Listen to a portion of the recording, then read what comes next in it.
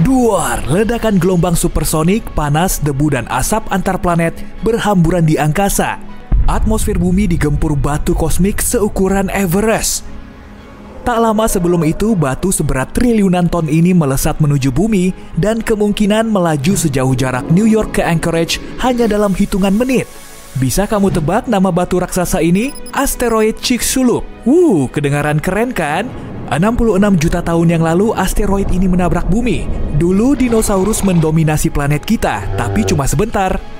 Tabrakan dahsyat tersebut terjadi di kawasan Meksiko saat ini, tepatnya di semenanjung Yucatan di dekat Cancun. Saat itu dinosaurus lagi asyik kongko bareng di situ. Enggak lah. Batu luar angkasa berukuran jumbo menghantam lautan dan malapetaka besar pun tidak bisa terelakkan. Tabrakan asteroid ini menghasilkan banyak sekali energi dan langsung menyulap bumi menjadi planet yang mencekam. Matahari kecil kita menyinari permukaan bumi yang diterpa tsunami setinggi patung Liberty. Airnya terus menyembur dari bekas benturan. Serem. Api yang dihasilkan dari ledakan ini terus merembet.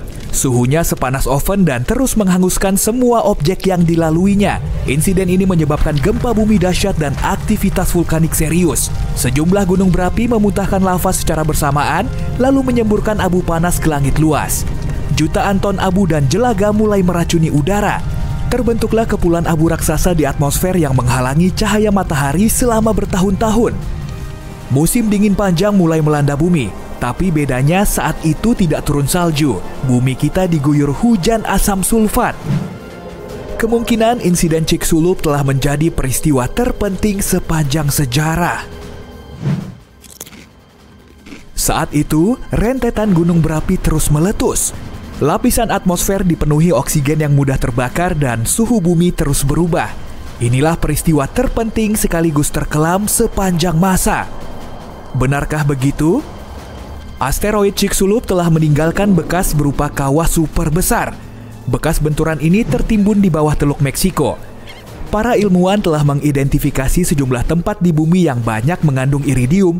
Logam ini sangat jarang dijumpai di bumi, tapi banyak terdapat di asteroid yang mereka teliti. Di antaranya bahkan sudah berumur 66 juta tahun. Mereka menemukan debu yang sama pada lapisan batu di bumi dan asteroid. Hal ini cuma bisa terjadi kalau asteroid besar telah menabrak bumi. Selain memusnahkan dinosaurus, bencana ini juga telah melenyapkan asteroid yang jatuh. Suhu di tempat terjadinya benturan teramat panas hingga menyebabkan sebagian asteroidnya hilang. Kemudian air banyak yang menguap dan karbon dioksida terangkat ke atmosfer. Jadi masalah terbesarnya apa dong? Belerang. Karena benturan asteroid, belerang kemudian terangkat dan berterbangan di udara. Akibatnya partikel-partikel kecilnya menghalangi cahaya matahari. Tanpa sinar matahari, banyak tumbuhan mulai mati dan akhirnya iklim global menjadi lebih dingin. Panas ekstrim dari benturan asteroid kemudian mengubah batu menjadi kaca. Para ilmuwan menyebutnya sebagai tektit. Energi super dahsyat melontarkan tektit ke angkasa selama beberapa saat sebelum akhirnya jatuh lagi ke bumi. Hujan pun mulai turun.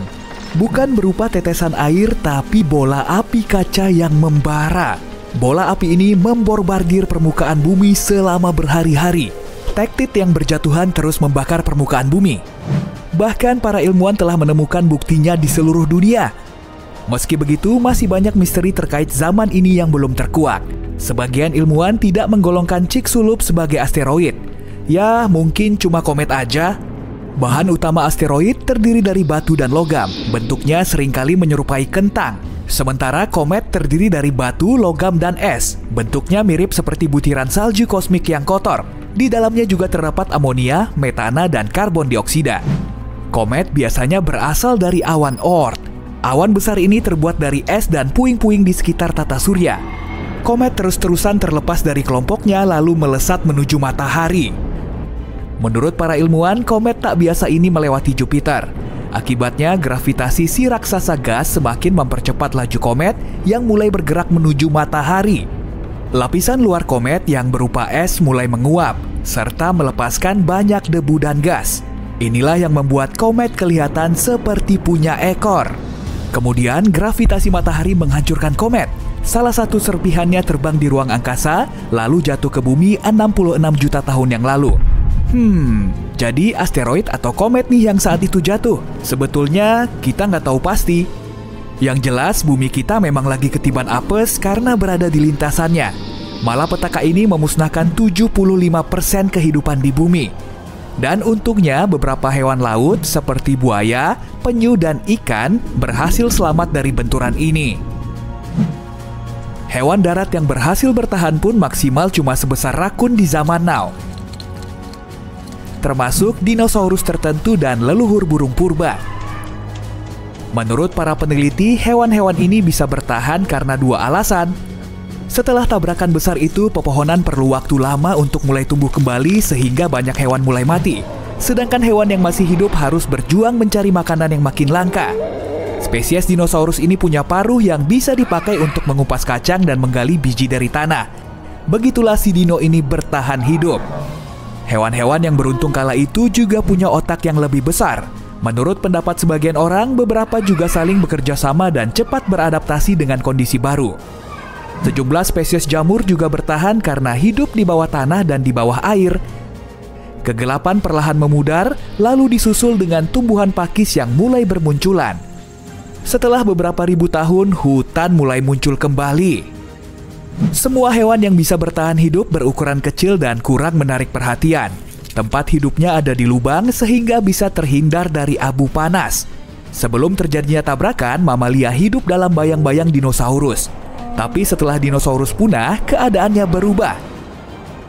Mamalia mulai mendominasi kehidupan di darat. Oke, flashback lagi ke peristiwa tabrakan asteroid tadi. Ternyata bukan ukuran asteroid yang membuat peristiwa ini begitu dahsyat, tapi sudut benturannya. Kalau sudutnya berlainan, dinosaurus bisa saja selamat dari bencana ini. Lalu akan kelihatan seperti apa ya persisnya? Oke, mundur lagi ke masa lalu. Duh, gawat, ada asteroid besar menuju bumi. Ternyata meleset. Setiap hari, banyak terjadi gempa, tsunami, dan erupsi gunung berapi. Tapi dinosaurus tetap bertahan. Itu bukan masalah besar. Beberapa juta tahun kemudian, sebagian besar kadal kuno ini sudah berubah rupa. Karena zaman es, banyak dinosaurus juga punya bulu untuk melindunginya dari udara dingin.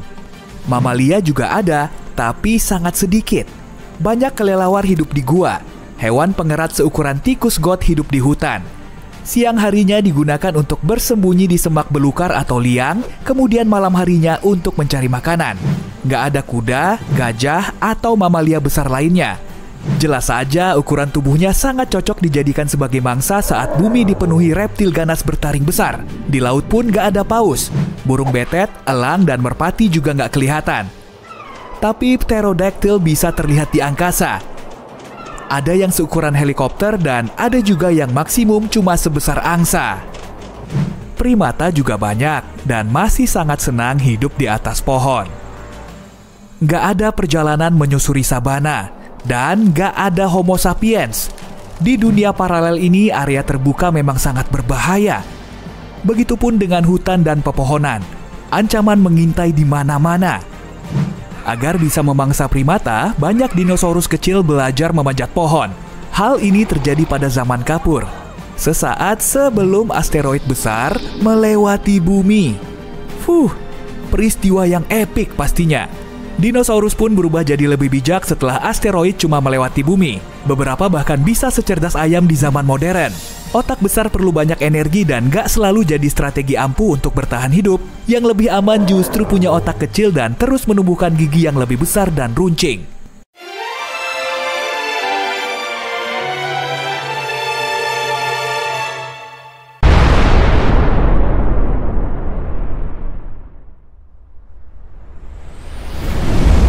Dari makhluk kecil sampai raksasa, semua hewan mencoba kabur dari dinding api yang bergerak ke arah mereka. Suhu semakin panas dan sekeliling mulai terbakar. Tak lama kemudian, banyak hewan dan tumbuhan di bumi akan punah.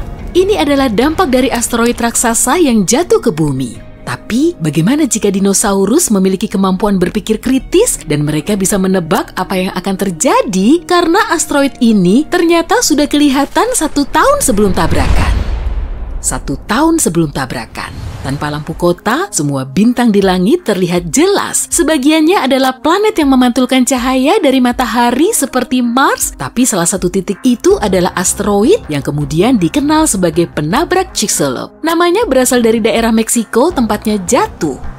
Intinya, pada saat itu, asteroid itu terlihat seperti bintang. Terangnya sama seperti Neptunus, dan kamu bahkan bisa memotretnya dengan kamera berkualitas tinggi. Andai saja dinosaurus punya jari. Asteroid ini kini melewati orbit Jupiter. Dari jarak ini, bumi terlihat seperti titik biru pucat.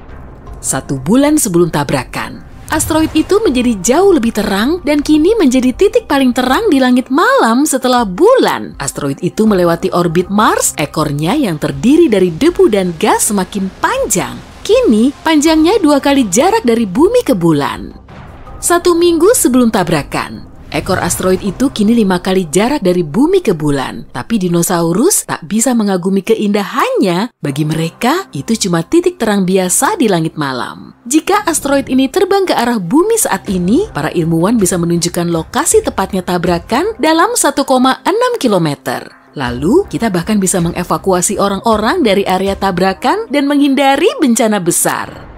1 hari sebelum tabrakan, penabrak Chicxulub sekarang berada di posisi pertama di antara benda langit paling terang. Cahaya yang mengelilinginya yang disebut halo bahkan tampak lebih besar daripada bulan. Asteroid itu kini melewati orbit bulan, mirip seperti titik terang yang meninggalkan jejak abu. 1 jam sebelum tabrakan, cahaya dari penabrak Chicxulub lebih terang daripada bulan purnama dan gerakannya bisa dilihat dengan mata telanjang. Malam di bumi tidak lagi gelap, namun kini dinosaurus mulai merasa gelisah. Semua hewan di bumi mulai mencari tempat berlindung. 10 menit sebelum tabrakan, asteroid itu kini memasuki orbit bumi. Ribuan pecahan kecil dari ekornya mulai jatuh ke planet ini. Itu seperti hujan meteor. Sejauh ini, pecahan-pecahan itu terlalu kecil, semuanya terbakar di atmosfer sebelum jatuh ke permukaan bumi. Asteroid itu mendekati Amerika Selatan, dan jika seseorang melihatnya dari Eropa, tampilannya akan seperti matahari terbenam. Titik terang penabrak Chicxulub jatuh di balik cakrawala. 2 menit sebelum tabrakan, kini dinosaurus bisa dengan mudah melihat bentuk asteroid itu. Jika tahu caranya, mereka bahkan bisa memperkirakan ukuran asteroid itu. Ukurannya lebih dari 10 km, berarti hampir seukuran Pulau Manhattan. Dan bobot asteroid raksasa itu adalah 70 triliun kilogram. Asteroid itu jatuh ke arah semenanjung Yucatan pada kecepatan 12 km per detik, dan pada kecepatan itu kamu bisa pergi dari New York ke Los Angeles kira-kira dalam waktu 10 menit. Tapi kamu akan terbakar di jalan. 10 detik sebelum tabrakan, penabrak Chicxulub kini mendekati daratan. Beberapa kilometer lagi, dan duar! Langit malam tiba-tiba menjadi putih. Kilatnya sangat terang sampai matahari tidak terlihat pada titik ini. Jatuhnya asteroid itu menyebabkan ledakan dahsyat yang bisa terdengar di belahan bumi lain. Asteroid besar itu mulai terbakar karena gesekan dengan udara. Ia memanas dan pecah menjadi beberapa bagian. Bagian-bagian ini menghujani bumi, dan setelah beberapa detik, bagian terbesar dari meteorit ini jatuh ke tanah. Massa dan kecepatannya memberi energi yang luar biasa besar bagi penabrak Chicxulub. Dalam beberapa saat berikutnya, ledakan super kuat mengguncang daratan. Gelombang ledakan dari meteorit mulai menyebar dari lokasi tabrakan. Tanah dan pepohonan terangkat, lalu terdorong seperti domino. Suhu gelombang daratan itu sangat tinggi, semua yang ada di sekitar lokasi tabrakan terbakar. Energi yang dilepaskan saat tabrakan juga masuk jauh ke dalam bumi. Ini menyebabkan gempa bumi paling kuat dalam sejarah planet ini. Akibatnya, terjadi gelombang tsunami setinggi Empire State Building. 5 menit setelah tabrakan, meteorit itu menciptakan kawah besar, ukurannya selebar Danau Huron di Amerika dan cukup dalam untuk memuat 2,5 gunung Everest. Dinosaurus berlarian panik berusaha menyelamatkan diri ke Amerika Utara. Tapi, sebagian besar tidak berhasil melewati wilayah rawa yang asing. Bahaya lainnya adalah hujan meteor yang masih berlangsung. Ratusan ton abu dan puing terangkat ke udara. Panas karena suhu tinggi, puing-puing itu jatuh ke bumi dalam bentuk lava cair. Abu dan asap memenuhi atmosfer dan menghalangi cahaya matahari. Bumi jatuh dalam kegelapan, dan selama beberapa minggu ke depan, planet kita benar-benar gelap. Hujan asam jatuh ke permukaannya tanpa henti. Ada banyak belerang di endapan bawah tanah di semenanjung Yucatan. Energi ledakan itu membuat semua belerang menguap. Sekarang, belerang itu menjadi dingin di udara, berkumpul di awan, dan jatuh ke tanah dalam bentuk hujan. Sebagian besar hewan selamat dari tabrakan itu, tapi kepunahan massal berlanjut selama berbulan-bulan. Tabrakan itu menenggelamkan bumi ke dalam kegelapan, juga membinasakan sebagian besar tumbuhan yang mendapat makanan dari cahaya matahari. Dinosaurus pemakan tumbuhan kehilangan sumber makanan utamanya dan mulai menghilang. Tapi, dinosaurus pemakan tumbuhan adalah makanan utama karnivora. Dan kini, dinosaurus seperti T-Rex tak lagi punya makanan. Lantas, tak lama kemudian, punah. Dengan kata lain, bukan meteorit yang membuat punah dinosaurus, melainkan kelaparan dan perubahan iklim. Meteorit seukuran ini jatuh setiap 100 juta tahun sekali. Artinya, peristiwa seperti itu bisa terjadi lagi. Apa manusia akan bisa selamat dalam bencana ini? Sekarang ini, kita bisa melihat jauh ke ruang angkasa, dan wujud asteroid seukuran penabrak Chicxulub tak akan mengejutkan para astronom. Umumnya, asteroid yang memiliki ukuran lebih dari 140 meter dianggap berpotensi berbahaya.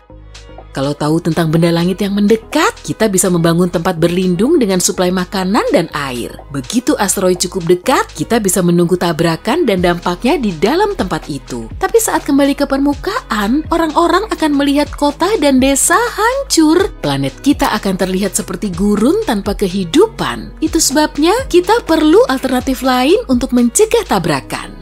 Kita punya banyak pilihan bergantung pada ukuran dan materi asteroid itu. Menurut NASA, cara paling efektif adalah kinetic ramp. Kita harus mengirim benda cukup besar dan berat seperti pesawat antariksa ke ruang angkasa. Saat pesawat itu mendekati asteroid, para ilmuwan akan memilih lintasan sempurna dan pesawat akan menabrakkan diri ke benda langit itu. Tabrakan yang kuat akan mengubah lintasan asteroid dan membuatnya melewati bumi. Semakin jauh benda langit ini dari planet kita, semakin mudah kita mengusirnya.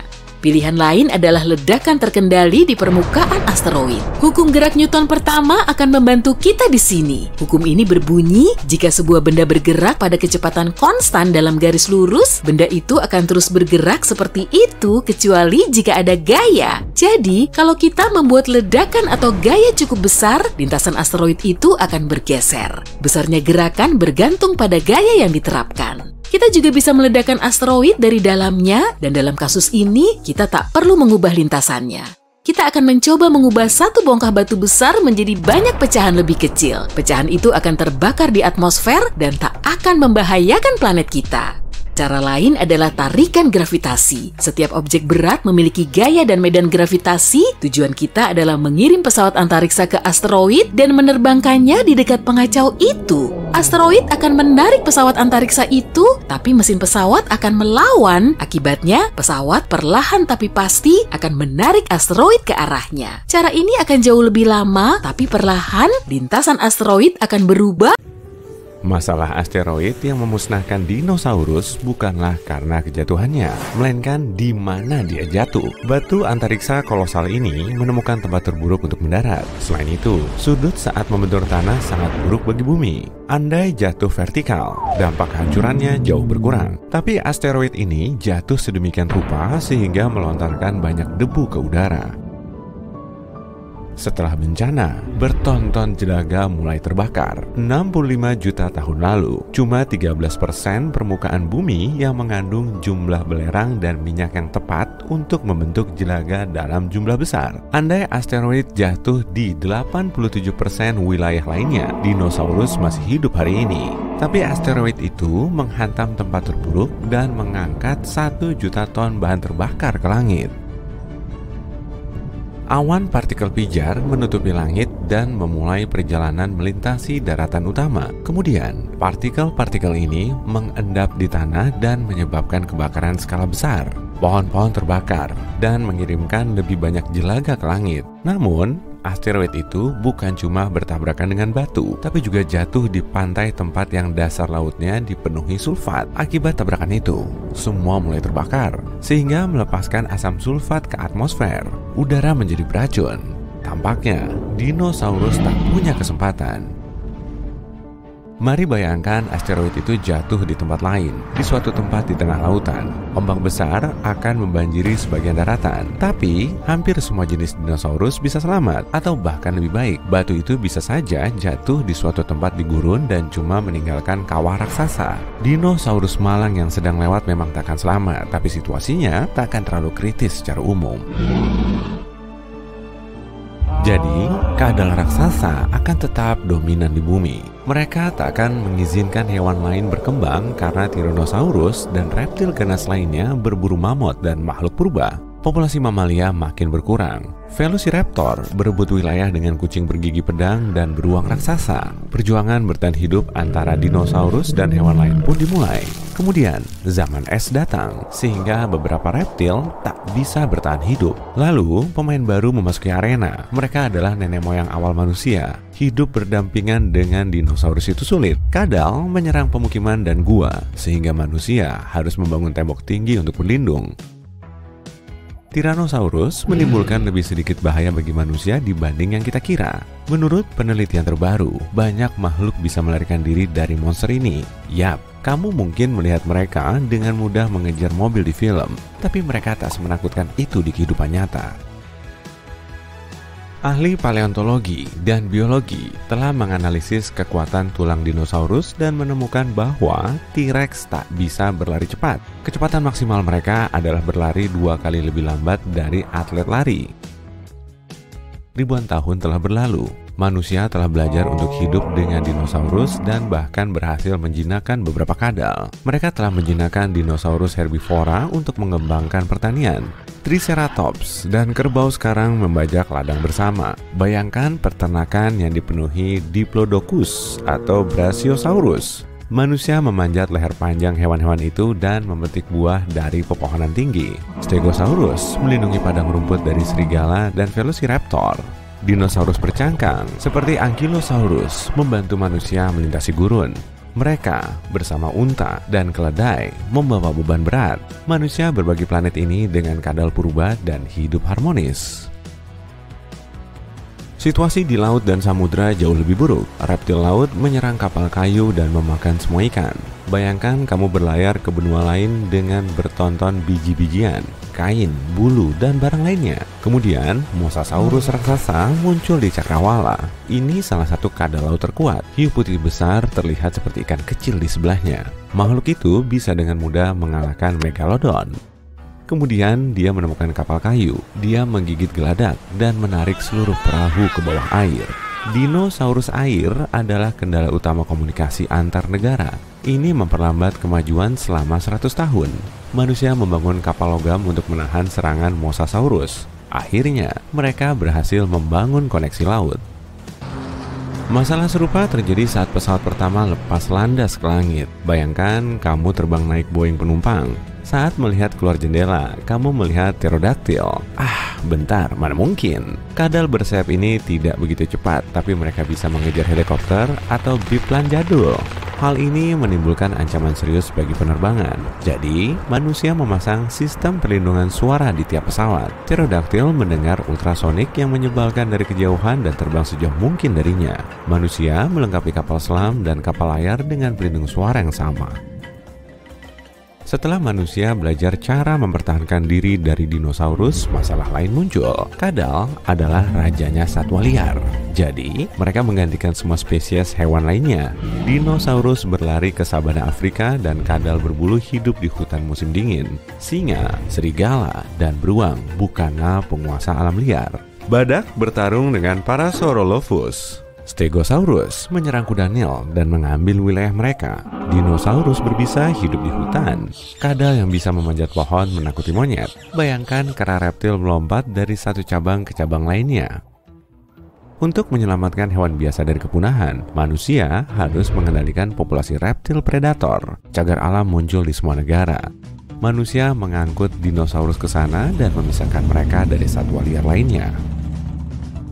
Dinosaurus tampaknya benar-benar terkendali. Saat bahaya yang disebabkan reptil raksasa berlalu, manusia mulai membiarkan kadal kecil yang tidak berbahaya. Ada yang membeli bunglon, dan ada juga yang menyimpan Microceratus di rumah. ada pameran dinosaurus. Orang-orang membawa makhluk ini berjalan-jalan seperti anjing.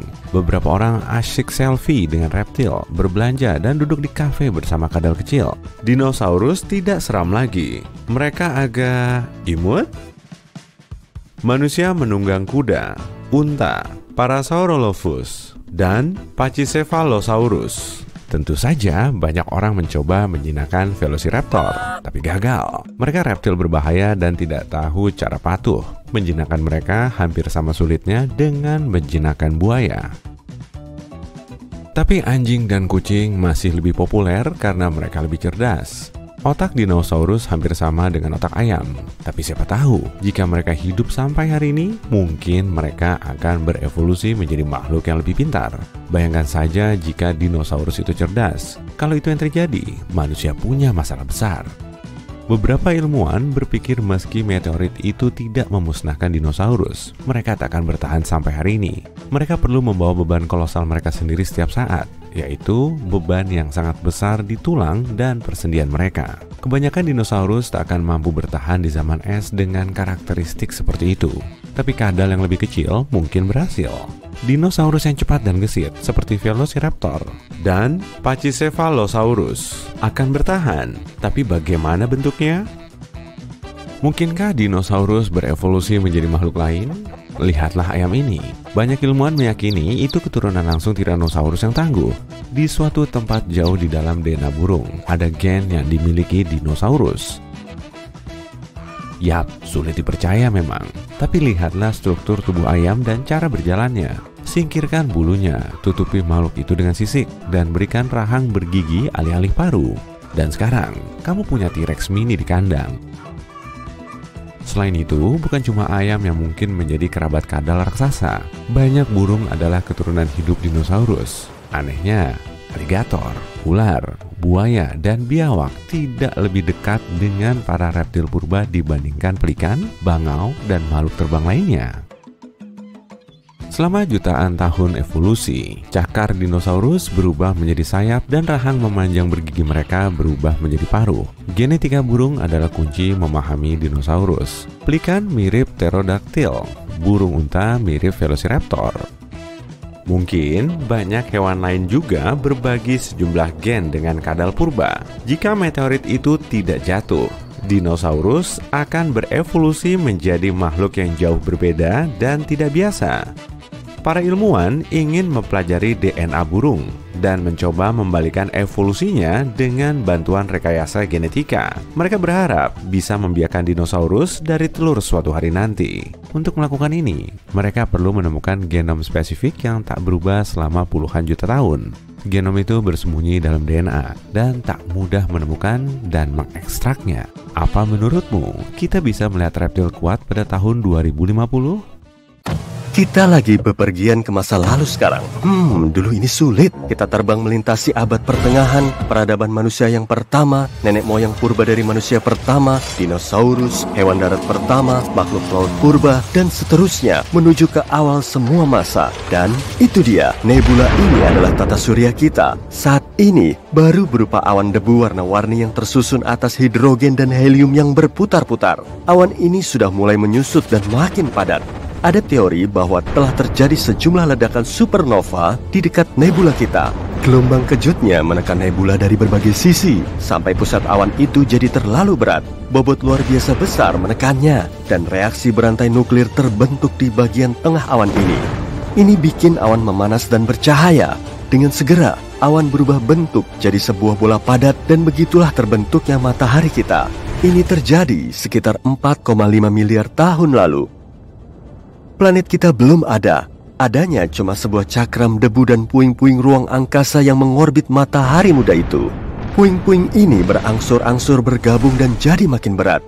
Yuk, kita lihat bagian pusat dari tumpukan asteroid ini. Bobot total puing-puing itu menekan area tengah begitu kuat, hingga sebuah inti logam terbentuk di sana. Tekanan yang sangat besar bikin inti memanas, dan suhu di pusat bumi muda hampir mencapai 6.000 derajat Celcius. Dan di sekeliling inti yang padat terdapat cairan.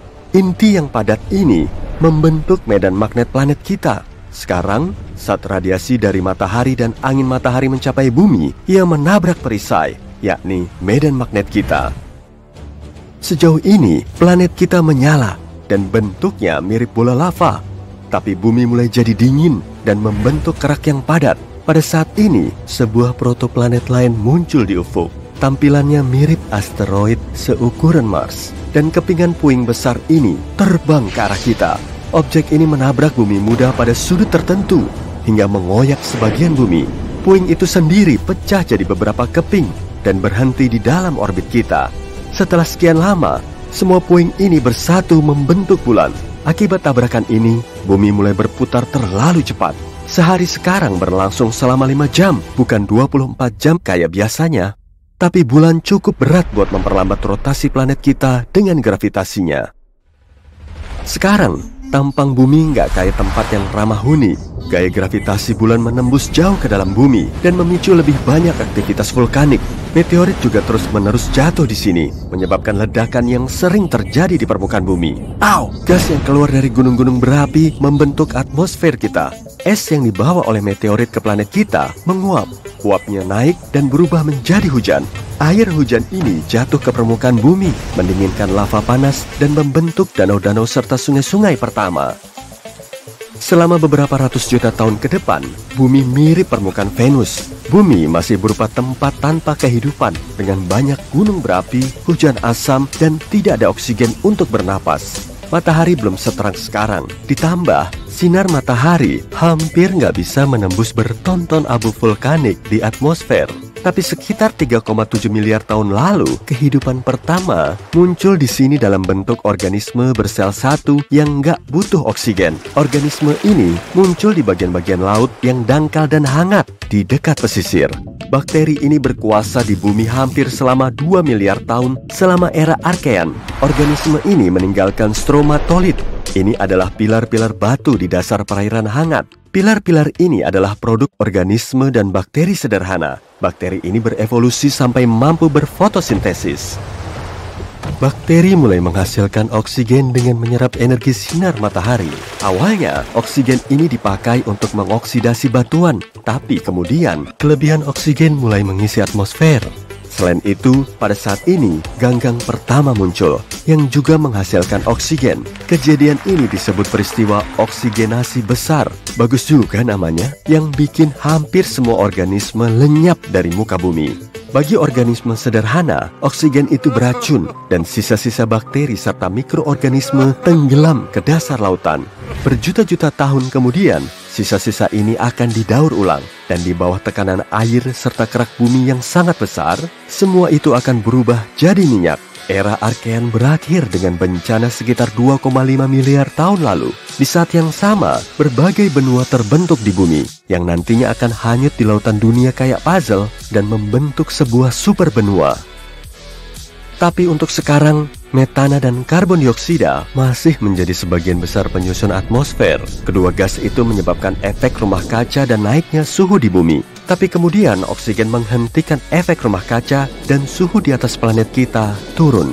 Dimulailah zaman es yang disebut glasiasi Huron dan berlangsung dari 2,4 sampai 2,1 miliar tahun lalu. Ilmuwan berspekulasi bahwa planet kita hampir seluruhnya tertutup es pada saat itu, bahkan di khatulistiwa yang panas. Ini adalah perubahan besar, mengingat 2 miliar tahun lalu, planet kita masih kayak bola lava, tapi sekarang kayak balok es. Bumi pada periode glasiasi Huron lebih mirip Europa, satelit Jupiter. Di sana juga terdapat kerak es tebal, dan di bawahnya ada lautan cair yang dipanaskan oleh intinya. Evolusi matahari menyelamatkan planet kita. Sejak terbentuk 4,5 miliar tahun lalu, matahari makin besar dan makin panas. Jadi, setelah 300 juta tahun zaman es, bumi mulai menghangat. Tapi hampir semua kehidupan di sana telah punah dan evolusi harus berulang lagi. Sekitar 1 miliar tahun lalu, semua benua planet kita menyatu dalam satu super benua hipotesis, yaitu Rodinia, dan seluruh lautan membentuk satu samudera luas, Mirovia. 750 juta tahun lalu, benua itu pecah, dan pecahan-pecahan tanah besar mulai hanyut di atas planet ini. Tumbuh-tumbuhan kompleks dan mikroorganisme multisel muncul pada masa ini. Bukan cuma ganggang, spons, dan fungi yang menghuni laut. Ini adalah Sprigina, sejenis cacing seukuran jari manusia. Kita punya sisa-sisa hewan ini yang umurnya paling tidak sekitar 550 juta tahun. 541 juta tahun lalu, dimulailah Eon Phanerozoikum. Peristiwa utama di masa itu adalah letusan Kambrium. Kehidupan mulai berkembang di bumi dan sejumlah besar organisme hidup beragam jenis muncul. Moluska dan Echinodermata seperti bintang laut dan bulu babi muncul. Organisme hidup berevolusi menjadi bukan cuma punya rangka dalam, tapi juga rangka luar, kayak Trilobita. Sebagian makhluk ini bisa mencapai panjang 1 meter. Tempurung pelindungnya mengindikasikan bahwa ada predator di lautan. Rantai makanan mulai terbentuk pada masa itu. Di saat yang sama, benua-benua yang hanyut itu menyatu lagi. Bentuk superbenua yang ini beda dan diberi nama Pannotia. Kemudian, benua-benua ini akan hanyut lagi dan mulai saling bertabrakan. Ini menyebabkan terbentuknya rangkaian pegunungan. Lalu, benua-benua itu menyatu lagi untuk terakhir kali dan membentuk superbenua raksasa, Pangea, sekitar 335 juta tahun lalu. Di sini, kita mulai bisa ngelihat garis luar berbagai benua modern kayak Afrika, Amerika Utara dan Selatan, Australia, dan Eurasia. Salah satu makhluk laut terbesar sepanjang sejarah, Dunkleosteus, muncul. Sebagiannya bisa sepanjang bus sekolah dan seberat mobil SUV besar. Daratan beriklim hangat dan lembab. Ini mendorong paku-pakuan dan tumbuhan lain tumbuh lebih pesat. Sebagian di antaranya bisa setinggi bangunan 3 lantai. Dan untuk pertama kalinya dalam sejarah bumi, beberapa hewan ninggalin laut serta berpindah ke darat, kayak Elgriner Peton dan Ichthyostega. Tapi awalnya, hewan-hewan itu cuma hidup di pesisir, sebab kulitnya belum beradaptasi terhadap sinar matahari yang konstan. Di samping itu, mereka juga mengalami masalah pernapasan. Hewan-hewan pertama di daratan punya insang dan juga paru-paru, tapi paru-paru mereka belum berkembang, jadi mereka harus kembali ke air. Jutaan tahun kemudian, hewan-hewan ini berevolusi jadi amfibi yang lebih maju, meski ukurannya enggak lebih besar dari kadal. Kawanan dinosaurus berlarian menembus hutan. Suhu di sekitar seketika melonjak dan semua yang ada di belakang mereka mulai terbakar. Sejumlah dinosaurus terjebak di rawa-rawa dan gak bisa lolos. Pterodactyl melintas di angkasa sambil menjauh dari gelombang ledakan yang segera menyelimuti bumi. Bencana ini terjadi sekitar 66 juta tahun yang lalu. Hampir semua makhluk hidup di bumi musnah. Mungkin cuma burung dan dinosaurus terbang yang bisa bertahan dari bencana dahsyat yang menyebabkan kepunahan paling masif di dunia. Oke lah, kita amati dulu pohon evolusinya untuk nyari tahu burung pertama di dunia. Namanya Archaeopteryx. Ukurannya sebesar gagak modern, tapi bentuknya mirip dinosaurus kecil berbulu. Dan gigi kecilnya yang berbentuk kerucut itu berderet-deret, hampir sama seperti buaya. Karena Archaeopteryx lebih dekat dengan reptil dibanding burung. Tapi otaknya 3 kali lebih besar dari semua reptil. Meski punya sayap berbulu, hewan ini hampir nggak bisa terbang seperti burung masa kini. Sendi bahunya nggak bisa dipakai untuk mengangkat sayap di atas punggung. Jadi, Archaeopteryx nggak bisa benar-benar mengepakkan sayapnya. Kemungkinan besar, dino ini bisa terbang meluncur dengan kepakan kecil.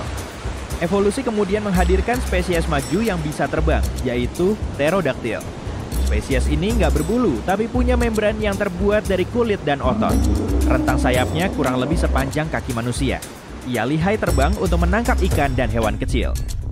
Meski dinosaurus terbang bisa bergerak dengan lebih cepat dibanding predator darat seperti Velociraptor dan T-Rex, kebanyakan dari mereka nggak berhasil melewati efek tabrakan meteorit raksasa. Kalau gitu, kita lihat fase perkembangannya sampai sekarang yuk. 10 menit sebelum tabrakan meteorit, batu besar seukuran Pulau Manhattan melesat menuju bumi dari luar angkasa. Beratnya 460 triliun ton atau setara dengan 3 triliun paus biru, mamalia terberat di seluruh dunia. Batu ini terus mendekati planet kita dengan kecepatan 19 km per detik. Pada kecepatan ini, meteorit bisa melintasi Samudra Atlantik cuma dalam waktu 4,5 menit. Angka segini bahkan lebih cepat dari pesawat luar angkasa. 5 detik sebelum tabrakan meteorit. Makin ngeri aja nih suasananya. Gaya gravitasi bumi terus menarik sang meteorit raksasa itu. Meteorit ini melubangi atmosfer kita dan menciptakan suara ledakan super keras hingga kamu bisa terdengar di sisi lain planet kita. Semua hewan di planet kita langsung panik dan waspada. Saat menengadah, mereka bisa melihat batu besar yang mulai terbakar di udara. Serpihan kecilnya mulai terlepas dari meteorit utama. Kobarannya sangat cerah dan sinarnya hampir menyerupai matahari. Dinosaurus terbang dan nenek moyang burung modern lain yang terlebih dulu ngerasain bahaya ini. Mereka langsung meluncur ke langit dan mencoba terbang sejauh mungkin dari lokasi tabrakan untuk menyelamatkan diri. Saat tabrakan, massa dan kecepatannya yang sangat besar menghasilkan energi yang melimpah. Sesaat setelah menyentuh bumi, meteorit menyebabkan ledakan yang setara dengan 150 triliun ton TNT. Gelombang ledakan ini mengoyak planet kita, lalu melemparnya ke langit. Energi yang sangat besar mulai bergerak dari titik tabrakan ke segala arah. Pepohonan juga tercabut bersama akarnya, kemudian terdorong ke tanah seperti domino. Bumi kita diselimuti gelombang kejut. Energi ini kemudian berubah menjadi panas. Semua objek yang ada di lokasi tabrakan mulai terbakar. Hutan hijau dan pepohonan berubah menjadi arang membara cuma dalam hitungan detik. Tanah dan batu juga menguap. Peristiwa ini menyebabkan gempa bumi dahsyat. Sejumlah dinosaurus mungkin telah jatuh ke dalam retakan yang muncul di tanah. Gempa bumi kuat juga menyebabkan tsunami yang tingginya melebihi gedung Empire State. Dinosaurus yang gak terjebak di hutan membara hanyut oleh ombak besar. Dinosaurus di Amerika Utara berusaha kabur ke arah utara lagi, tapi gelombang ledakan yang dihasilkan terus memburu mereka.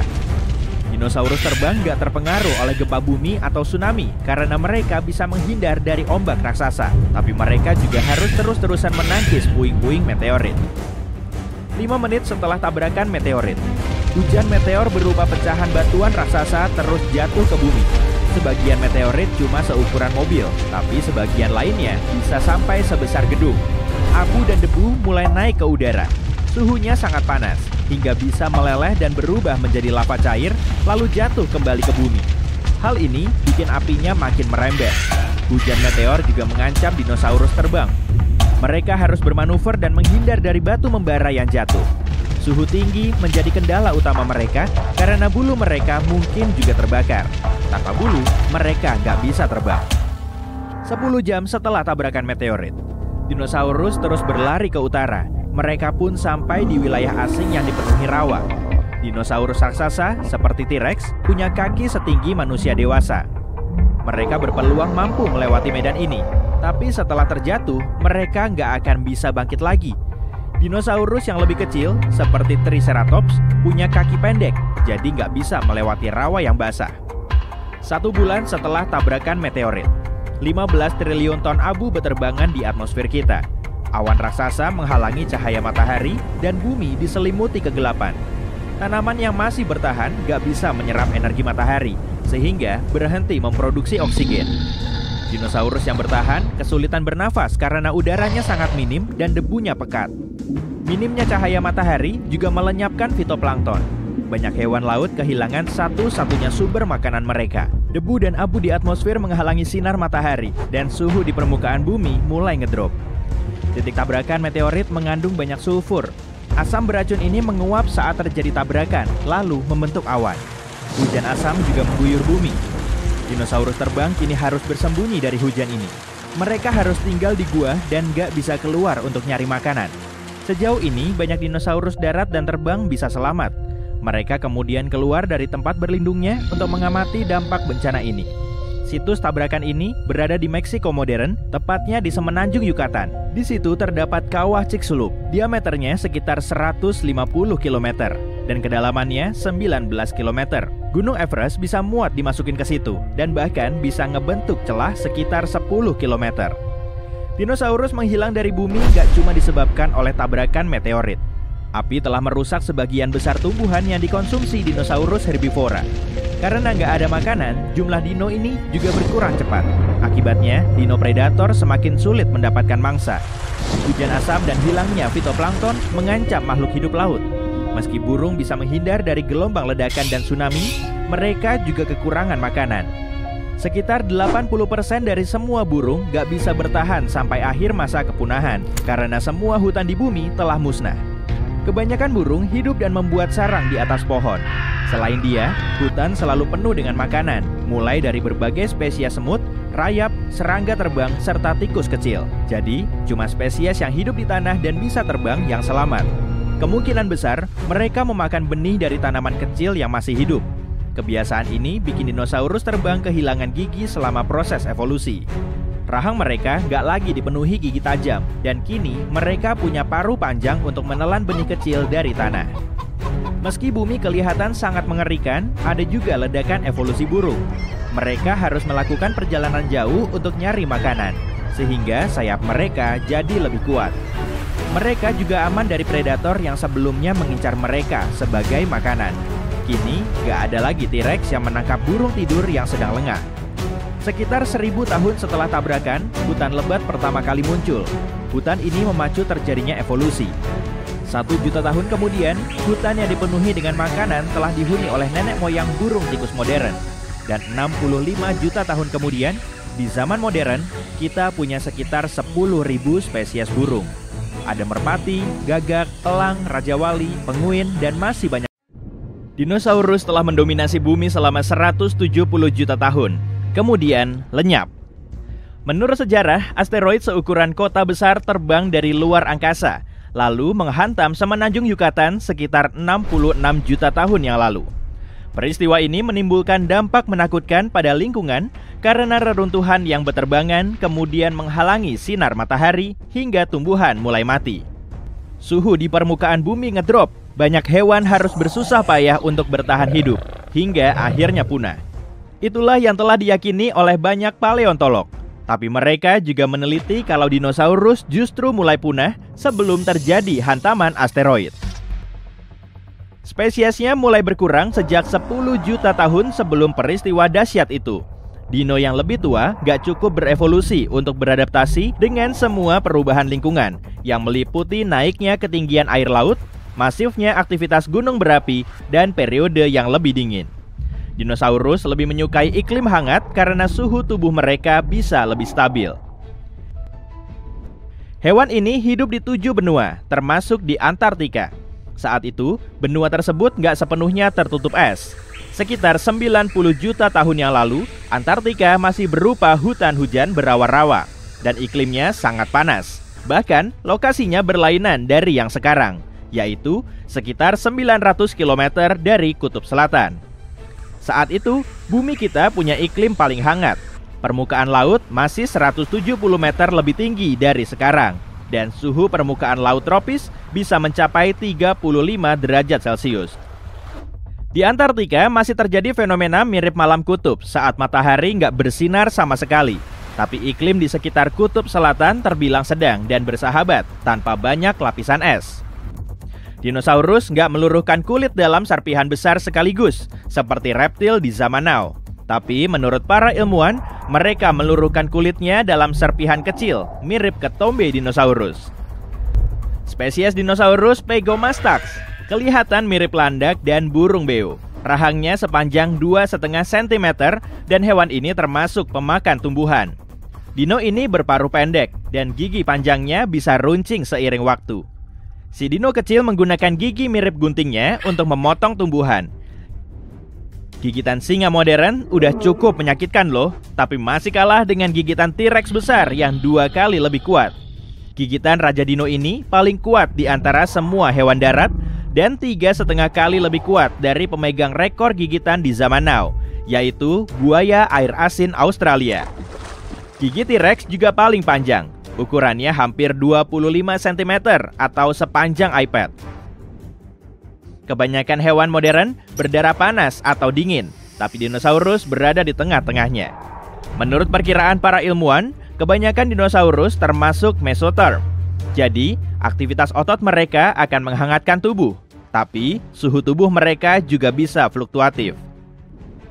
Sejumlah dinosaurus seperti Triceratops dan Stegosaurus memiliki duri, lempengan tulang, tanduk, punuk atau struktur aneh lain di tubuhnya. Awalnya, para ilmuwan mengira struktur tersebut dipakai untuk pertahanan diri karena hewan ini nggak bergigi tajam atau bercakar melengkung untuk berburu. Tapi kemudian, mereka memperkirakan kalau bagian tubuh ini kemungkinan telah dipakai untuk menarik lawan jenis dan mengidentifikasi kawanannya. Spesies dino bernama Pachycephalosaurus juga punya tulang aneh di atas kepalanya. Di film-film, dinosaurus kelihatan menakutkan, sangat tinggi dan super besar. Tapi hewan ini kebanyakan sebesar manusia atau bahkan lebih kecil. Tulang besar lebih mudah menjadi fosil. Makanya kebanyakan spesies dino yang ditemukan berukuran raksasa. Eoraptor atau si perampas di pagi hari adalah dinosaurus paling awal. Dino ini berukuran kecil dan bergigi banyak. Namanya bisa begitu karena Eoraptor hidup di awal era dinosaurus. Tubuhnya cuma sebesar anjing German Shepherd. Tapi kemungkinan dino ini nggak begitu ramah. Punya punggung melengkung dengan lempengan tulang lancip dan ekor melengkung. Ankylosaurus merupakan versi armadillo raksasa dengan banyak duri. Titik terlemahnya terdapat di bawah perut lunaknya, tapi para predator yang memburunya harus membalikan tubuhnya dulu sebelum menyerang. Itu pun sangat sulit dilakukan karena senjatanya sangat ampuh. Para ilmuwan bahkan meyakini kelopak mata dinosaurus ini punya tulang. Sebagian dinosaurus termasuk pemakan daging atau tumbuhan, tapi ada juga yang makan batu. Spesies Gallimimus nggak bisa mengunyah semua tumbuhan yang dimakannya, sehingga ia harus menelan batu untuk menghancurkan makanan tersebut. Gallimimus kelihatan mirip dengan persilangan antara dinosaurus dan burung, tapi ia nggak bisa mendribble bola basket karena pergelangan kaki depannya nggak bisa sejajar dengan lantai. Dan pastinya nggak bisa nyetak tembakan 3 poin. Dinosaurus paling besar umumnya pemakan tumbuhan. Dino pemakan daging atau yang disebut theropoda biasanya lebih kecil. Salah satu alasannya yaitu karena dino pemakan tumbuhan suka banget makan. Mereka bisa melahap banyak makanan, malah kadang juga menelan cabang pohon tanpa dikunyah dulu. Sebagian dino terbesar bisa makan 1 ton makanan setiap hari. Makanan seberat itu kurang lebih seukuran 1 bus. Dinosaurus pemakan tumbuhan juga lebih banyak dari spesies lain. Ilmuwan masih belum bisa mastiin kalau dinosaurus pemakan daging bisa melakukan koordinasi sendiri dan berburu dalam kelompok atau enggak.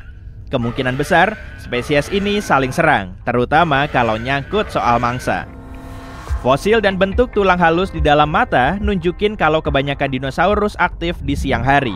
Dan menurut para ilmuwan, cuma dinosaurus pemakan daging berukuran kecil seperti Velociraptor yang aktif di malam hari. Mereka berburu mamalia kecil yang mencari makan di malam hari saat dino besar sedang tidur. Mamalia tersebut termasuk hewan kecil pembuat liang yang telah bertahan dari dinosaurus dan zaman es dengan ngumpet di dalam tanah. Tapi nggak semua mamalia ngumpet dari dinosaurus kok. Sebagian hewan mungil berotak cerdik seperti Repenomamus akan nyuri telur dinosaurus besar. Hal ini nggak bisa dianggap remeh karena mereka harus mengelabui si induk dino. Para peneliti meyakini dinosaurus juga telah menggunakan sayapnya di atas tanah agar lebih cepat berlari saat menaiki medan miring. Dengan kebiasaan ini, mereka belajar terbang sampai ribuan tahun. Dinosaurus juga berbulu. Mereka berkerabat dengan burung, tapi spesies dinosaurus awal yang nggak bisa terbang juga punya bulu. Misalnya saja si raksasa, T-Rex berbulu. Penggambaran T-Rex di film-film nggak begitu akurat.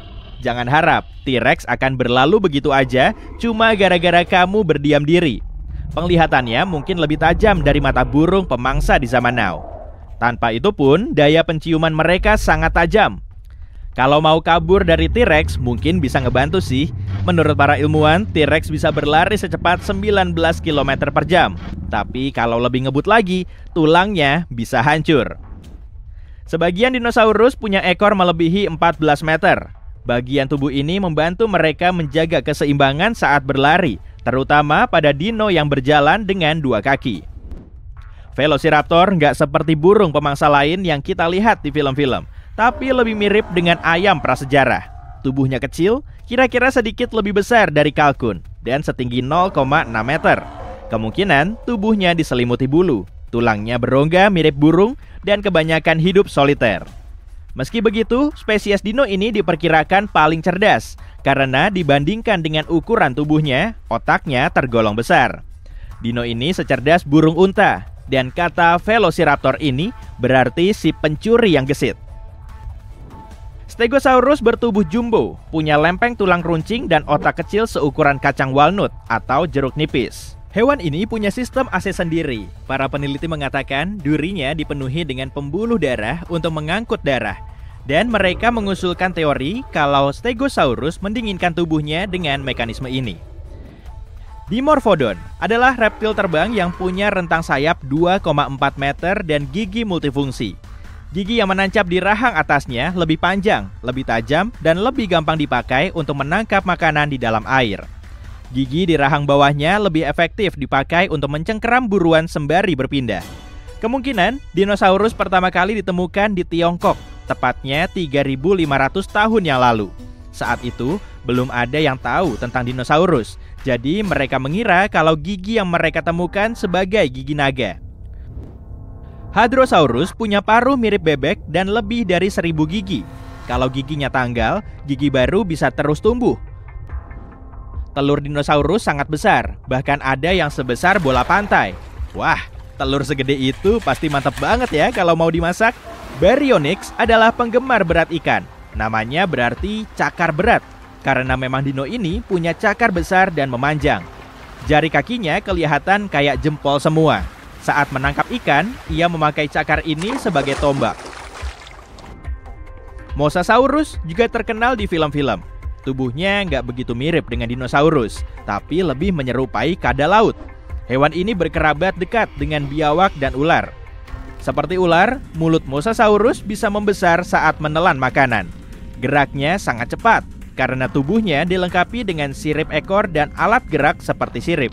Jadi nggak punya lengan dan kaki.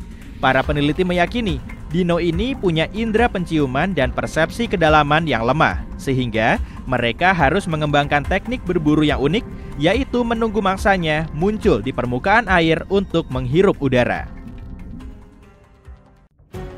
Berkat penemuan dan teknologi fosil baru, kita makin banyak belajar soal biologi dinosaurus. Kita pasti sudah tahu bahwa beberapa dinosaurus sangat besar, mengerikan, dan ganas. Tapi bagi kita yang penasaran, penggunaan biologi komparatif, analisis pigmen, dan sinar X baru yang kuat telah memungkinkan kita mendapatkan gambaran tentang fitur-fitur spesifik seperti warna, perilaku makan, dan bentuk lidah dinosaurus. Yap, bener banget, bentuk lidah dinosaurus yang dalam waktu lama diselimuti misteri. Alasannya, bagian dinosaurus yang lembut dan berdaging ini hampir tidak pernah terselamatkan dalam bentuk fosil. Namun, berkat penemuan sejumlah tulang hyoid yang masih tersisa yang terletak di akar lidah di depan leher, kini kita punya sedikit gambaran. Sebagian besar hewan punya tulang hyoid yang merupakan tempat lidah ini. Bentuk dan kerumitannya menentukan seberapa bebas lidah bisa bergerak. Para ilmuwan telah menemukan bahwa hampir semua dinosaurus punya lidah sederhana yang rata dan sangat mirip dengan lidah di dalam mulut buaya masa kini. Yap, buaya yang ini. Kalau mau lihat dari dekat, silakan aja. Eits, bercanda ya. Sini, balik lagi. Mari lihat beberapa dinosaurus tertentu dan mulai dari Brachiosaurus. Kalau aku lihat dari atas sini, sepertinya kamu kenal sama dinosaurus yang satu ini karena lehernya. Tuh, lihat. Yang biasanya panjangnya hampir 10 meter itu. Meski lehernya menjadi ciri yang paling khas, namanya punya arti kadal lengan dalam bahasa Yunani. Sudah menjadi rahasia umum bahwa Brachiosaurus adalah salah satu dinosaurus terbesar yang pernah hidup di bumi. Rata-rata, panjangnya mencapai 23 meter dan tingginya mencapai 12 meter. Itu sekitar panjang 2 bus sekolah dan setinggi gedung 4 lantai. Tak satupun dinosaurus lain yang sebesar ini di era mereka. Tulang kaki dan tulang belakang yang terpisah spesies dinosaurus besar sudah berhasil diketahui, tapi kerangkanya belum terlalu lengkap untuk menentukan ukuran pastinya. Jadi, makhluk ini mungkin adalah dinosaurus terbesar yang pernah ada. Seekor herbivora terkenal. Untungnya, Brachiosaurus diperkirakan memakan hingga 400 kg tanaman kering setiap harinya. Sebagian besar terdiri dari pohon jenis conifera, ginkgo, dan cycas. Menu makanan ini mungkin sulit dimakan oleh dinosaurus ini karena para peneliti menemukan bahwa giginya berbentuk sendok dan kurang ideal untuk mengunyah makanan. Artinya, makhluk ini akan menelan suatu pohon utuh-utuh karena giginya cocok untuk mencabutnya, tapi bukan untuk menghancurkan tanaman dalam ukuran besar. Ini dan bentuk tubuhnya menunjukkan bahwa Brachiosaurus lebih suka makan secepat mungkin. Dinosaurus seperti ini tidak selalu memanfaatkan kemampuannya untuk mencabut pohon yang menjulang tinggi saat makan. Brachiosaurus bepergian dalam kawanan, bergerak ke lokasi berikutnya setelah menghabiskan semua tanaman lokal yang ada. Sekali lagi, semua tanaman lokal, bukan cuma yang bergantung tinggi di pohon. Sepertinya, makhluk ini melengkapi menu makanan mereka dengan tanaman di tempat rendah, terutama setelah mereka makan banyak pohon di dekatnya.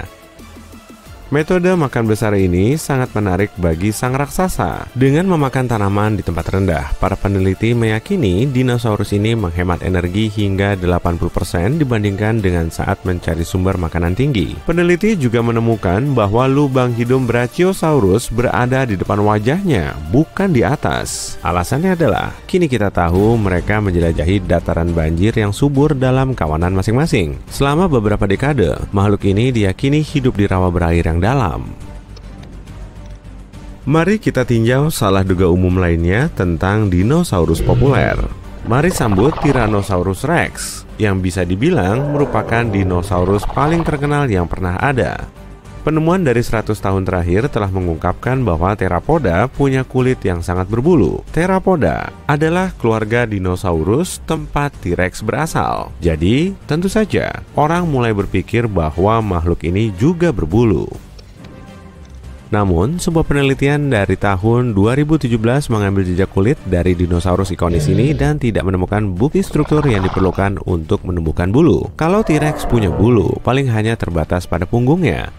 Para peneliti menerima bahwa dinosaurus besar lainnya dari keluarga yang sama dengan T-Rex telah ditemukan dengan sisa kerangka tertutup bulu. Contohnya adalah dinosaurus Yutyrannus. Tapi sampai sekarang, teori yang diakui adalah bulu bukanlah ciri umum T-Rex. Ini membuat kita meyakini bahwa bulu lebih eksklusif pada Tyrannosaurus yang lebih kecil yang fungsinya untuk menjaga makhluk ini tetap hangat untuk waktu yang lama. Para peneliti mengira bulu adalah fitur eksklusif dari keluarga Theropoda, tapi teori ini telah dibantah. Kasihan juga yang teorinya dibantah. Oke, lanjut. Bukti fosil yang ditemukan di Siberia kini menunjukkan bahwa beberapa kelompok keluarga dinosaurus berbeda memang berbulu. Fosil Siberia yang dimaksud adalah milik spesies dinosaurus lain, yaitu Culindredromeus zabaecalicus. Oh, kamu kira lidahku bakal belibet? Ya enggak lah, haha. Nah, dinosaurus ini sebut aja Kulinda, memiliki struktur panggul yang sangat mirip dengan burung dan panjangnya sekitar 1,5 meter, sekitar setinggi kulkas. Karena fungsi bulu dinosaurus adalah untuk kehangatan, kemungkinan besar dinosaurus dari iklim cuaca dingin punya lebih banyak bulu dibanding teman-temannya di tempat beriklim hangat. Secara umum, hewan yang lebih besar tidak kesulitan menjaga diri tetap dingin. Jadi, kemungkinan besar, dinosaurus besar yang hidup di iklim hangat ini tidak berbulu sama sekali. Sebaliknya, dinosaurus kecil yang tinggal di iklim dingin punya banyak bulu. Kini, kita bahkan paham seperti apa desain dan pola bulu dinosaurus berkat penemuan Ornithomimus yang lengkap dengan cetakan bulu dan kulitnya. Nama dinosaurus ini berasal dari bahasa Yunani dan kalau diterjemahkan menjadi mimik burung. Panjang rata-ratanya sekitar 3,5 meter, hampir setinggi jerapah, dan meski omnivora, mereka tidak bergigi. Ciri khas lainnya adalah 3 jari yang semuanya berukuran sama, dan meski kerangkanya bertulang tipis, mereka juga punya rongga otak besar, kakinya sangat panjang, terutama tulang kakinya. Jika digabungkan dengan paruh tanpa gigi, dan lehernya yang panjang, dan yap, dia mirip banget sama burung unta. Meski tidak sebesar Brachiosaurus atau dinosaurus pada umumnya, mereka lebih besar dibanding burung lain di bumi. Dan bukan cuma anggota tubuh Ornithomimus yang membuatnya mirip burung unta, mereka juga punya pola bulu yang sangat mirip. Kepala, leher, dan kaki bagian bawahnya sebagian besar tidak berbulu, tapi bagian tubuh lainnya dilapisi bulu halus. Ini adalah lapisan bulu burung secara keseluruhan. Mungkin seperti burung unta, dinosaurus ini menggunakan pola bulu yang tidak biasa ini untuk mengatur suhu tubuhnya. Meski beberapa dinosaurus punya bulu seperti burung, selain menjadi kerabat jauhnya juga, dinosaurus tidak punya jenis bulu yang dibutuhkan untuk terbang selama sebagian besar keberadaannya. Bulu yang ditemukan dalam cetakan fosil atau terawetkan dalam damar memungkinkan peneliti untuk mendapatkan gambaran kenapa makhluk ini tidak terlalu aerodinamis. Struktur bulu-bulu ini terlihat sangat sederhana, dengan poros tengah yang tidak jelas dan fleksibel. Bulu-bulu ini lebih cocok untuk penampilan saja karena membantu menarik perhatian dinosaurus lain. Bulu-bulu ini juga pasti sudah punya kemampuan untuk mengatur suhu tubuh. Kamu kaget dengar dinosaurus punya bulu kayak burung unta? Gimana kalau aku bilang sepupu reptil jauh prasejarah mereka punya sesuatu yang terlihat mirip bulu? Kenalin nih, Pterosaurus. Namanya berasal dari bahasa Yunani dan punya arti kadal sayap. Sama seperti dinosaurus, mereka awalnya dianggap punya kulit bersisik atau kasar di sekujur tubuh. Namun, selama abad ke-20, pemeriksaan fosil mengungkapkan bahwa banyak bagian tubuh Pterosaurus berbulu. Rentangan sayap Pterosaurus bisa sampai selebar lebih dari 7 meter, kira-kira sepanjang bus besar. Rahang tanpa giginya sangat panjang dan menyerupai pelikan. Bagaimana mungkin makhluk yang mirip pelikan ini begitu mengerikan?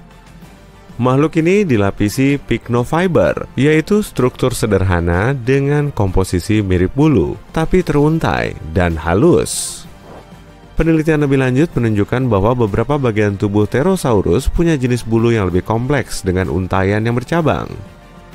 Kalau akurat, ini akan menjadi kali pertama bulu ditemukan pada hewan yang bukan dinosaurus ataupun burung. Saat ini, pesawat luar angkasamu melesat di ruang angkasa hingga 99,9% dari kecepatan cahaya. Widih, keren! Barisan bintang terlihat berkilauan dan membentuk garis panjang. Semesta di dekatmu makin menyusut, lalu berubah jadi terowongan. Matamu tiba-tiba silau oleh kilatan terang, kemudian duar! Pesawatmu langsung meluncur dari terowongan, layaknya batu yang terlontar. Notifikasi di komputer menunjukkan kamu telah kembali ke masa 70 juta tahun silam. Dan di sini kamu jadi paleontolog masa depan yang berhasil melakukan perjalanan waktu. Tujuanmu cuma satu, yaitu melihat langsung dino yang kurang populer sepanjang sejarah. Setelah mendarat, kamu berjalan menyusuri hutan. Lalu tiba-tiba terdengar raungan keras. Ada dinosaurus yang keluar dari balik pepohonan. Tingginya lebih dari 2 kali tinggi badanmu dan beratnya setara dengan 4 mobil. Mulanya, para ilmuwan cuma menemukan 2 tulang lengan raksasanya. Selama 60 tahun, Deinocheirus telah jadi misteri utama di dunia paleontologi. Tapi sekarang, kita sudah bisa menyaksikan monster ini secara utuh. Ilmuwan telah berhasil menemukan satu set fosil lengkap di Mongolia. Dan kalau diterjemahkan dari bahasa Latin, nama dino ini berarti cakar yang payah. Waduh, pasti payah juga tuh kalau main poker. Deinocheirus merupakan hewan unik yang bisa bikin kita menjerit sekaligus ngakak so hard. Kita lihat dulu dari sudut pandang evolusi ya. Nah, di sini sudah ada T-Rex, Deinocheirus, dan Raja Dino ini kurang lebih sama besar. Di tubuh T-Rex, kita cuma akan menyisakan kaki belakangnya yang kuat dan ekornya yang panjang. Ganti juga kaki depannya yang kecil dengan kaki yang kuat sepanjang 2,4 meter. Jangan lupa, pasang juga jemari dan cakar kuatnya yang sepanjang pisau dapur. Kemudian, kita perlu tambahin bagian tubuh mirip punuk unta, leher burung unta, dan kepala kuda. Oh, perlu diganti tuh mulutnya yang bergigi dengan paruh bebek. Oke, sip. Deinocheirus kita sudah jadi. Di kakinya yang pipih, terpasang cakar panjang plus tajam. Dino ini punya tapak kaki lebar agar lebih gampang menyeberangi sungai dan berjalan di atas lumpur. Kebanyakan ilmuwan juga meyakini kalau kaki Deinocheirus tertutup bulu. Hewan raksasa ini sangat suka makan tumbuhan, dan untuk mencerna makanan nabati, ia juga menelan batu. Sebagian burung modern juga punya kebiasaan serupa. Batu di dalam perutnya bisa mencerna serat tumbuhan yang super alot. Malahan, di dalam tubuh salah satu Deinocheirus, para ilmuwan menemukan 1.400 batu. Makanya gerakannya jadi lambat. Dengan tubuh sejumbo itu, Deinocheirus bisa hidup sangat lama, yaitu sekitar 75 sampai 300 tahun. Para ilmuwan juga nemu tulang belulang unik yang terjebak di dalam batu ambar berusia 100 juta tahun. Rupanya Sebetulnya, tulang ini milik dinosaurus terkecil yang kita kenal dalam sains. Coba deh, sekarang ambil 2 lembar uang kertas dari dompetmu. Kurang lebih segitulah berat dino mini ini. Ukurannya cuma sebesar burung kolibri modern. Dan sampai saat ini, nggak ada yang tahu pasti rupa aslinya. Mungkin kelihatan mirip kadal atau burung. Tapi hewan ini diyakini bisa terbang dan berburu serangga. Karena di rahangnya tertancap lebih dari 100 gigi tajam. Kalau ayam dan buaya disilangkan, wujudnya bakal kayak apa ya? Kurang lebih akan seperti dinosaurus buas yang bernama Hesperonychus. Tubuhnya kecil tapi lumayan gahar. Dino ini hidup di Amerika Utara dan kemungkinan berburu mamalia. Tubuhnya cuma seberat 2 kg dan tertutup bulu, mirip ayam. Andai kungkang juga tergolong sebagai dino. Wujudnya pasti mirip kadal Suzo. Kadal ini berjalan dengan 2 kaki dan tingginya kurang lebih sama dengan jerapah modern, tapi bobotnya 3 kali lebih berat. Tubuhnya ditumbuhi bulu dan lehernya super panjang, sehingga bidang pandangnya juga lapang. Kalau diamati dari ekornya, dino ini kelihatan mirip tikus raksasa yang berdiri dengan 2 kaki. Saat fosilnya pertama kali ditemukan, banyak ilmuwan menyaksikan kalau Halscaraptor memang ada. Tubuhnya kelihatan mirip hibrida Velociraptor dan burung unta. Tapi bedanya, dino ini cuma seukuran angsa. Dengan tungkai belakangnya yang kuat, Halscaraptor bisa hidup di darat, tapi dino ini juga memangsa ikan dan hidup di air. Burung pada umumnya terbang dengan 2 sayap kan ya? Tapi ada yang unik nih dari hewan yang satu ini. Microraptor punya 4 sayap, bulu kuatnya melekat di tiap sayap, dan tubuhnya cuma seberat 0,9 kg. Bulunya berwarna hitam legam mirip gagak. Di seantero planet ini, nggak ada burung yang bersayap 4. Jadi, hewan ini telah berevolusi dari dinosaurus bersayap 2. Bahkan, Microraptor telah jadi cabang evolusi buntu yang nggak memungkinkan terbentuknya spesies baru. Namanya susah disebutin nih. Coba deh, semoga aja nggak belibet. Tanystrophes. Kelihatan mirip banget kayak dino di film-film kartun kan? Tapi bedanya, dino ini beneran pernah ada dan berhabitat di air. Beratnya 135 kg dan panjangnya 6 meter. Setengah dari tubuhnya terdiri dari leher fleksibel seukuran anaconda hijau. Para ilmuwan masih belum tahu pasti fungsi asli dari leher ini. Kemungkinan besar sih buat nangkep ikan atau buat lompat tali. Kalau saja 66 juta tahun yang lalu nggak ada asteroid yang nabrak bumi, dinosaurus nggak akan punah dan mamalia nggak akan mendominasi planet kita. Hipotesisnya sih begitu. Berarti primata nggak akan berevolusi. Lalu hewan apa yang akan menggantikan primata? Kalau menurut banyak ilmuwan, bisa jadi Troodon. Dino ini punya otak paling besar kalau dilihat dari ukuran tubuhnya. Cara jalannya juga pakai 2 kaki dan ukurannya relatif besar. Maka secara hipotetis, Troodon bisa berkembang menjadi makhluk cerdas. Nah, berdasarkan ukuran tubuhnya, Stegosaurus punya otak paling kecil, padahal tubuhnya paling besar di kalangan dino berzirah. Stegosaurus sebetulnya termasuk herbivora, tapi karena punya ekor kuat dan duri tajam, ia sangat ditakuti oleh semua pemburu di zamannya. Berat tubuhnya memang hampir 4 ton, tapi ukuran otaknya, cuma segede hotdog. Pegomastax cuma seukuran kucing rumahan dan hidup bebas di Afrika sekitar 100 sampai 200 juta tahun yang lalu. Kadal berkaki 2 ini kelihatan mirip beo dan tubuhnya ditumbuhi bulu mirip duri landak. Ia juga punya paruh, tapi di rahang bawahnya ada 2 taring tajam. Penampilannya garang banget ya, tapi bisa mengecoh mangsanya. Larinya memang cepat dan gigitannya super kuat. Tapi Pegomastax termasuk herbivora. Ada juga Linhenicus yang hidup 80 juta tahun silam. Tubuhnya mirip burung unta dan beratnya kurang lebih sama dengan burung beo berukuran sedang. Linhenicus bisa berjalan cepat dan memangsa serangga. Sebagai pengganti kaki depannya, ia punya 2 jari kecil bercakar tajam. Hewan unik ini merupakan satu-satunya spesies dino berjari 1 yang dikenal di seantero dunia sains. Dan ia juga termasuk nenek moyang burung modern. Dinosaurus terbang Jeholopterus mirip banget kayak jelmaan dari makhluk di film-film sci-fi ya. Wujudnya mirip kucing tapi bersayap kelelawar. Hewan ini memangsa serangga, termasuk juga nyamuk. Dino ini juga hinggap di punggung dinosaurus besar untuk menusuk kulit tebalnya dengan taring runcing.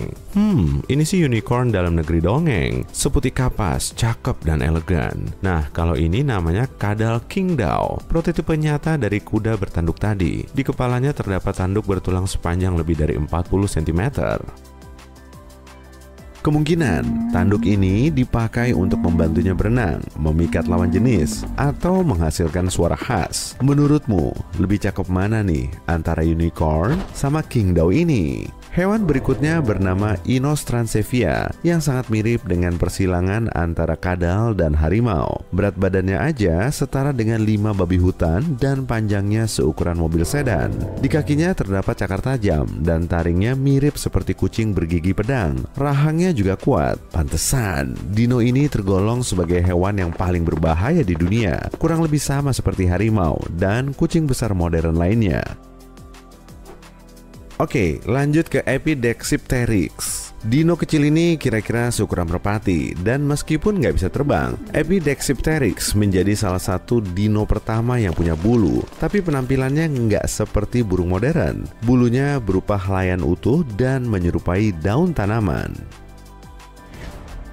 Si Jumbo Therizinosaurus, makhluk berparas aneh ini bisa setinggi bangunan 5 lantai dan beratnya kurang lebih setara dengan gajah. Raksasa ini juga terkenal karena cakarnya paling besar. Bayangin aja kalau Therizinosaurus mau mani pedi, tukang kukunya pasti bakal pipis di celana. Panjang cakarnya ini bisa mencapai 60 cm dari jarinya.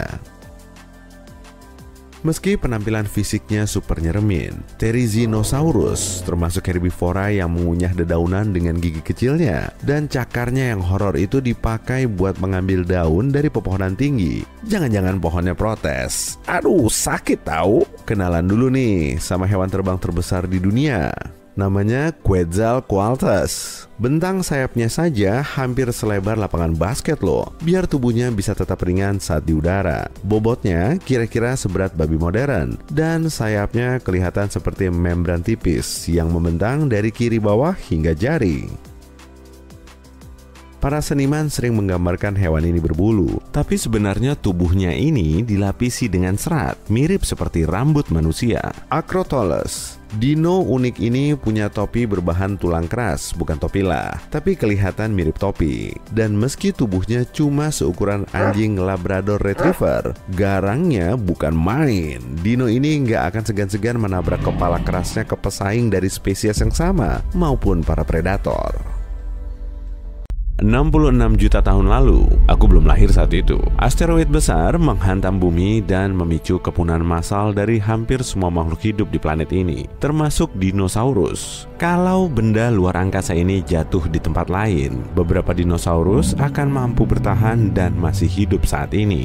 Menurut sejumlah penelitian, asteroid ini punya peluang sekitar 1:10 untuk memusnahkan dinosaurus dan hewan lain dari masa itu. Asteroid ini punya kemungkinan lebih besar untuk menabrak tanah tanpa konsekuensi destruktif yang terlalu parah. Untuk memahami bagaimana hasilnya jika tempat benturan ini terjadi di titik lain, kita perlu mencari tahu apa yang terjadi pada hari itu dan kenapa bencana ini menjadi sangat menghancurkan. Batu antariksa besar ini jatuh ke wilayah pesisir semenanjung Yucatan di Meksiko. Benturan ini menyebabkan reaksi berantai yang memicu bencana alam di seluruh dunia.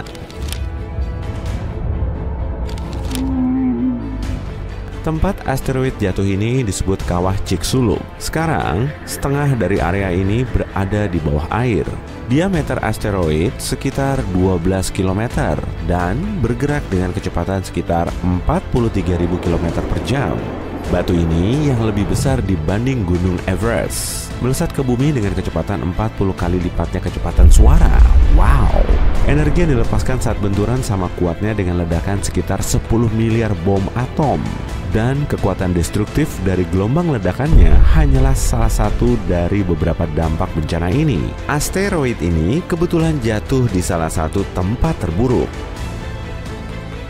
Dan karena cara jatuhnya, asteroid ini membuat banyak debu naik ke udara. Bayangkan kamu melompat ke air seperti atlet profesional, yaitu secara vertikal, sehingga tidak banyak percikan yang keluar. Dan sekarang bayangkan berapa banyak percikan air yang keluar saat kamu melompat ke kolam seperti bola meriam. Nah, asteroid ini masuk ke air dengan cara bola meriam. Bencana kedua yang disebabkan asteroid ini adalah jelaga. Sebagian kecil dari permukaan bumi terbentuk dari bebatuan. Di masa itu, cuma sebagian kecil dari bagian ini yang kaya akan minyak dan sulfur. Asteroid membakar dan mengangkat banyak jelaga ke udara yang cukup untuk mengisi stadion bisbol indoor.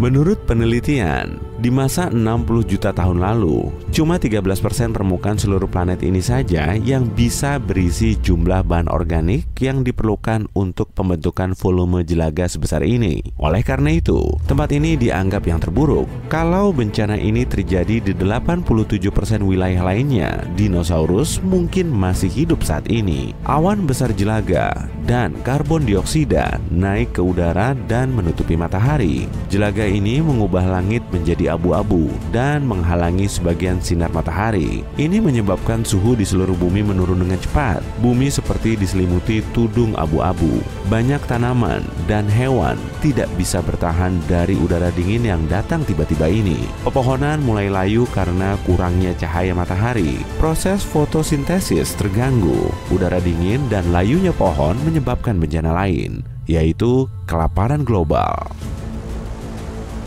Herbivora tidak bisa bertahan karena kehilangan hampir semua makanannya. Tanaman, bunga, dan pohon tidak mampu bertahan dari bencana ini. Kehancuran ini menyebar jauh melampaui titik benturan asteroid. Partikel debu panas, pecahan asteroid, dan serpihan batu kecil jatuh ke dataran di semua benua dan menyebabkan kebakaran hutan berskala besar. Pohon yang terbakar menghasilkan lebih banyak jelaga ke udara, membuat situasinya makin buruk. Asteroid besar ini membawa logam berat dengan tingkat toksisitas tinggi dari luar angkasa. Peluburan zat-zat selama tabrakan ini memicu badai api. Asteroid ini bukan hanya menabrak dataran benua, tapi juga air yang memicu tsunami besar. Tapi itu bukan bagian terburuknya. Dasar laut penuh dengan sulfat, dan ketika energi asteroid membakarnya, pelepasan asam sulfat ke atmosfer pun terjadi. Awan asam ini bercampur dengan awan jelaga dan mulai menyebar ke seluruh langit. Partikel batuan panas jatuh ke tanah layaknya hujan api. Hujan asam pun terjadi karena belerang. Semua ini berlangsung selama beberapa hari hingga hewan-hewan tidak mampu bertahan hidup. Hujan asam meracuni air di sungai, danau, dan lautan. Asam menghancurkan apapun yang tidak terbakar. Sebagian awan menghancurkan tanah, sementara yang lainnya ke lautan. Situasi pun makin memburuk karena tetesan sulfur memusnahkan sejumlah besar rumput laut dan fitoplankton. Lautan menghasilkan hampir setengah dari semua cadangan oksigen di planet kita. Di hari-hari itu, makhluk laut yang hidup di bagian atas laut musnah. Penyebabnya bukan gelombang ledakan, melainkan kurangnya sinar matahari, serta tingginya asam, kegelapan, dan suhu dingin yang menjadi alasan utama kepunahan dinosaurus. Tapi meski sejumlah kadal selamat dari kebakaran dan belerang, mereka menghadapi bencana di laut. Dampak asteroid ini menyebabkan tsunami berskala besar di seluruh planet. Tinggi gelombang tsunami pertama sekitar 1,5 km. Itu hampir 3 kali lebih tinggi dibanding gedung Empire State. Miliaran galon air bergerak dengan kecepatan 145 km per jam. Ombak sekuat ini dapat dengan mudah menghancurkan setengah New York saat ini. Meteorit yang jatuh menciptakan serangkaian ombak setinggi 16 meter. Dinding air besar seukuran gedung 5 lantai menabrak pantai dan menghancurkan semua yang ada di hadapannya. Kurangnya sinar matahari, penurunan suhu, hujan asam dan api, berkurangnya produksi oksigen, kebakaran hutan, tsunami raksasa, dan gelombang ledakan dengan kekuatan 1 miliar bom atom. Semua ini mengurangi keanekaragaman hayati bumi hingga 75%, dan perubahan iklim pun pasti terjadi. Bumi sudah pernah dihantam asteroid raksasa, tapi tidak pernah menyebabkan bencana di seluruh planet seperti ini. Bagaimana jika asteroid ini jatuh ke tempat lain? Katakanlah hutan. jauh dari air dan medan pegunungan, ini akan menyebabkan kebakaran parah. Awan hitam abu besar akan naik ke langit dan menghalangi sinar matahari. Tapi hujan asam atau api mungkin tak akan terjadi. Sebagian besar spesies planet ini bisa selamat dari bencana itu. Bagaimana jika meteorit itu jatuh di suatu tempat di antara es dan salju? Peningkatan suhu akan terjadi secara cepat di seluruh bumi. Tsunami besar akan menenggelamkan sebagian besar daratan. Namun, abu dan sulfur dioksida takkan memenuhi langit. Hujan asam tak akan sampai ke laut. Banyak makhluk laut bisa bertahan dan hidup hingga saat ini. Dinosaurus yang jauh dari lautan pun tak akan menyadari jatuhnya meteorit ini sama sekali. Mungkin peristiwa yang paling mengerikan akan terjadi jika meteorit jatuh di gunung berapi aktif. Ini akan memicu pelepasan lava terbesar dalam sejarah. Gempa bumi destruktif akan terjadi dan seluruh langit akan ditutupi abu vulkanis. Bagaimana jika meteorit itu menabrak gurun? Berjuta-juta ton pasir akan terbakar dan berubah menjadi kaca. Bayangkan gimana jadinya kalau ada bukit kaca yang makin memanaskan planet kita. Dan kita bisa menggali sisa-sisa kadal kuno yang terawetkan dari kaca ini. Intinya, ada banyak skenario bencana yang berbeda-beda. Dan sayangnya, yang terburuk menimpa para dinosaurus. Dinosaurus kemungkinan tak akan kembali. Meski begitu, mungkin mereka bisa dilahirkan kembali. Para ilmuwan terinspirasi oleh ide dari film Hollywood terkenal. Mereka ingin menemukan nyamuk yang terjebak di dalam batu ambar. Mereka akan mengekstrak DNA dinosaurus dari sana. Tapi ada kendalanya. Sampel DNA tertua yang bisa ditemukan berusia 1 juta tahun. Dinosaurus punah sekitar 66 juta tahun lalu. Selain itu, DNA sangatlah rapuh. Kemungkinan DNA dapat bertahan utuh di suatu tempat untuk waktu selama ini sangatlah kecil. Jadi, alih-alih mencari DNA dinosaurus kuno, para ilmuwan memutuskan untuk mengambil DNA dari nenek moyang terdekat para kadal ini, yaitu burung. Selama jutaan tahun evolusi, cakar dinosaurus mungkin berubah menjadi sayap, dan mulut panjangnya mungkin menjadi paruh. Pelikan sangat mirip dengan Pterodactyl, burung unta mirip Velociraptor, dan ayam mirip T-Rex. Oke, mari berhenti sejenak dan bayangkan ayam seukuran T-Rex. Hei, ngapain lihat-lihat? Ayam diakui sebagai kerabat terdekat kadal besar itu. Kalau bulunya dihilangkan, ganti dengan sisik. Berikan mulut bergigi alih-alih paruh, dan pasang ekor panjang, maka kamu akan mendapatkan T-Rex mini dengan struktur dan gerakan tubuh serupa. Jauh di dalam DNA-nya ada gen serupa yang dimiliki sang predator tangguh. Dengan bantuan rekayasa genetika, para ilmuwan berencana untuk coba-coba dengan DNA ini dan mencoba memutar balik evolusi. Yang artinya, menciptakan dinosaurus bisa menjadi kenyataan. Tapi hati-hati ya, awas digigit.